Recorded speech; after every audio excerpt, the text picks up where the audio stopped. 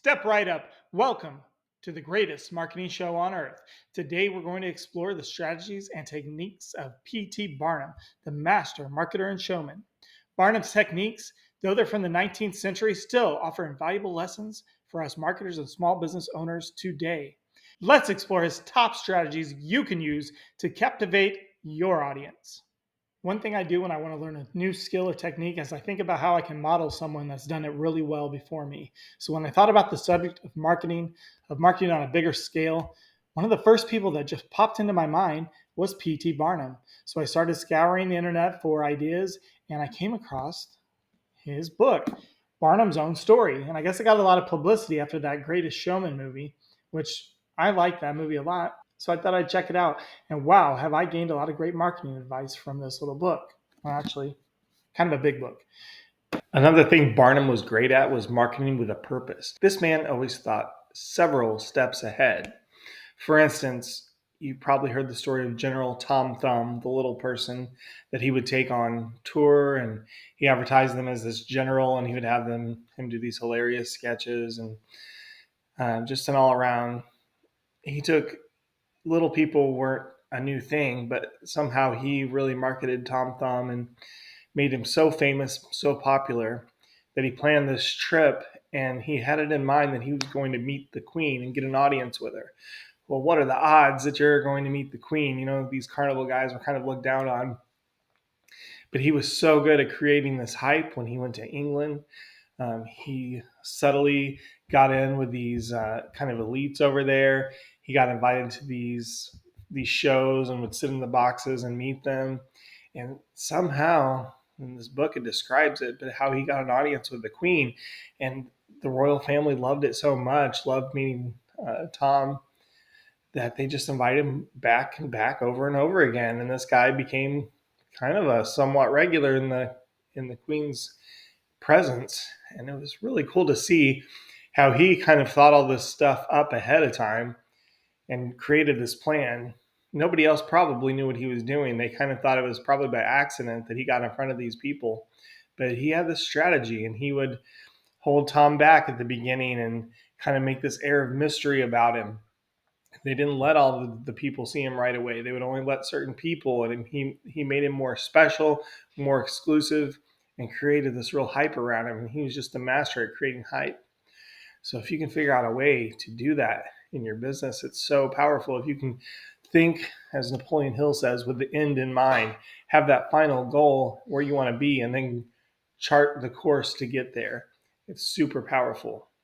And this is my daughter, Charlotte, and she is a marketing genius too, aren't you, baby? Do you go marketing with your mama sometimes? Yeah. Oh, you're not on the camera anymore. You want to say hi? It's up here.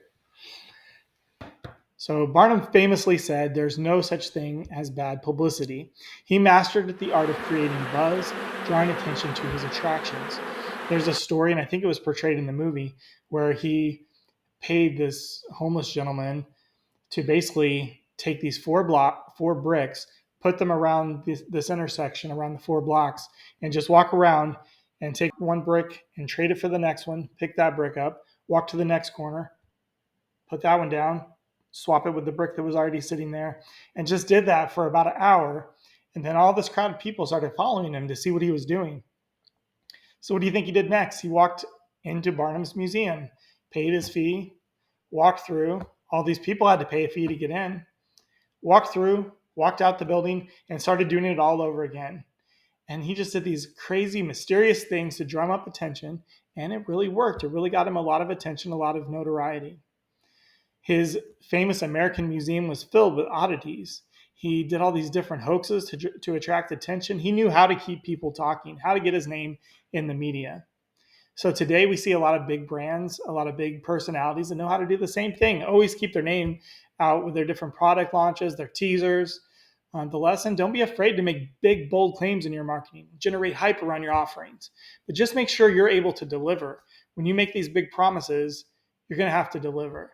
And that's how you maintain credibility in your business. So if lesson 1 of this book was to be bold, lesson 2 of the book would have to be offering a unique selling proposition. Or as my mentor, Mr. Howard Partridge says, a unique experience proposition. Barnum knew that to stand out in a crowded marketplace with other competitors, he had to be unique.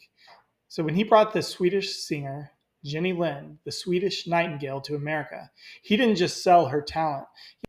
Yes, she was one of the most highly regarded singers of the 19th century. She performed in soprano roles in opera in Sweden and across Europe.